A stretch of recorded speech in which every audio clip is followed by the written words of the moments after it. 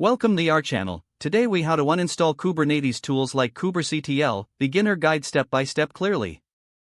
To uninstall Kubernetes tools like kubectl, begin by identifying how you installed it. If you installed kubectl using a package manager, open your terminal. For macOS users who used Homebrew, execute the command brew uninstall kubectl. For those using apt on Ubuntu or Debian, the command is sudo apt-get remove kubectl. If you installed it via snap, use sudo snap remove kubectl. For Windows users, if you use Chocolatey, run choco uninstall kubectl.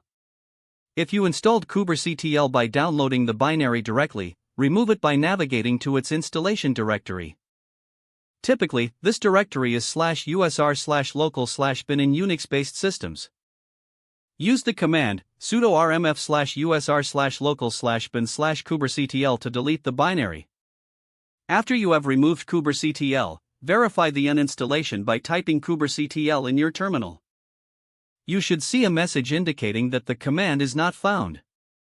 If you installed additional Kubernetes tools, like Minikube or kubectl, follow similar steps for uninstallation. Make sure to check the documentation for specific commands related to those tools. Once you've uninstalled all necessary components, clean up any associated configuration files as needed. This can usually be done by removing the .kuba directory from your home folder.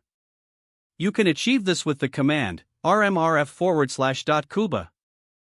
After executing these steps, you have successfully uninstalled kubectl and any associated tools. If the page does not load, refresh the browser or try again in a private or incognito window. Make sure you are using the correct email address, then retype it carefully to avoid small typos. If your password is not accepted, use the reset option and create a new strong password you can remember. Check your spam folder for verification or security emails, then complete any requested confirmation steps. Enable two-factor authentication if available to improve account security and reduce unauthorized access risk.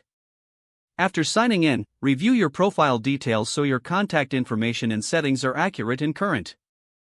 If you see an error message, note it down and try again after restarting your device and internet connection. Log out when you finish, especially on shared devices, to keep your account and payment information secure. If the page does not load, refresh the browser or try again in a private or incognito window. Make sure you are using the correct email address, then retype it carefully to avoid small typos. If your password is not accepted, use the reset option and create a new strong password you can remember. Don't forget to like this video and subscribe to our channel for more step-by-step tech guides.